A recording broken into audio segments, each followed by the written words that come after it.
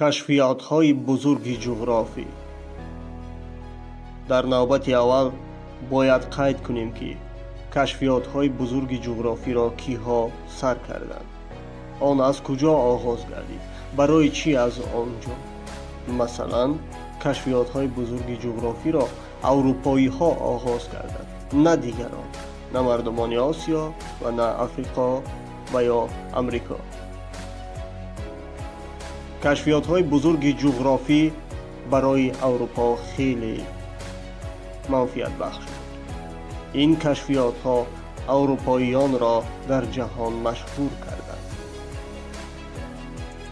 این نفران برای کشفیات‌های بزرگ جغرافی در جهان خدمت‌های ارزنده کردند و مثال فرناند مگلان، امریکا ویسپوچی، کریستوفر کولومب.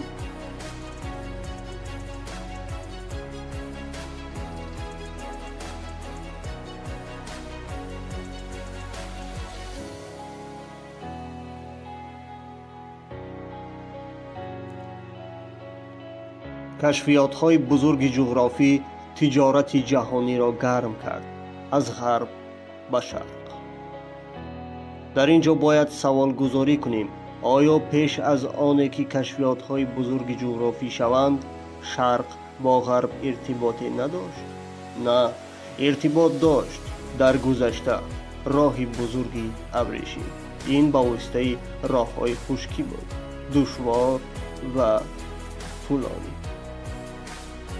از یک طرف فکر کنیم نسبت به آنی که به واسطه راه‌های خشکی رویم، برای ما برای تجارت راه‌های آبی قلی‌ترند،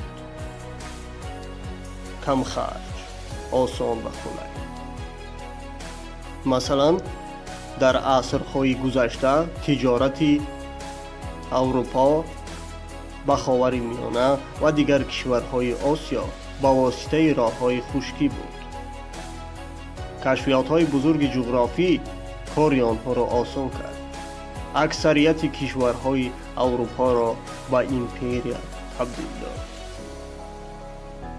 چنانه که گفتیم، این کشفیات‌ها باعث گردید که اروپاییان امریکا را کشف کنند، به آسیای پیش و به شرق دور سر درآورند، تجارت کنند، پس آن ظلم کنند.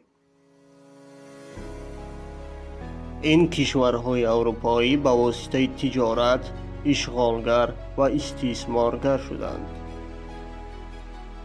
برای همه این حادثه و واقعه ها یک چیز اساس بود، یک چیز زمینه بود: این رنسانس اروپا یا خود همان احیای اروپا است.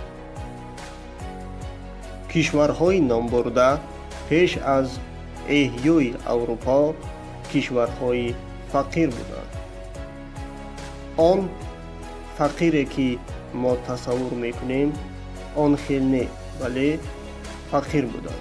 پس آن رشد کردند، ابرقدرت شدند، امپریالیست شدند. کشورهای اروپایی وقتی که آهسته آهسته قدرتمند می شدند، کار تا جایی رسید که آنها میان هم در جنگ می شدند. در آخر هم قدرتمند هم شدند. کشفیات‌های بزرگ جغرافی برای جهان تأثیر خیلی عمیقی گذاشت در تجارت جهانی، سیاست و دیگر چیزها.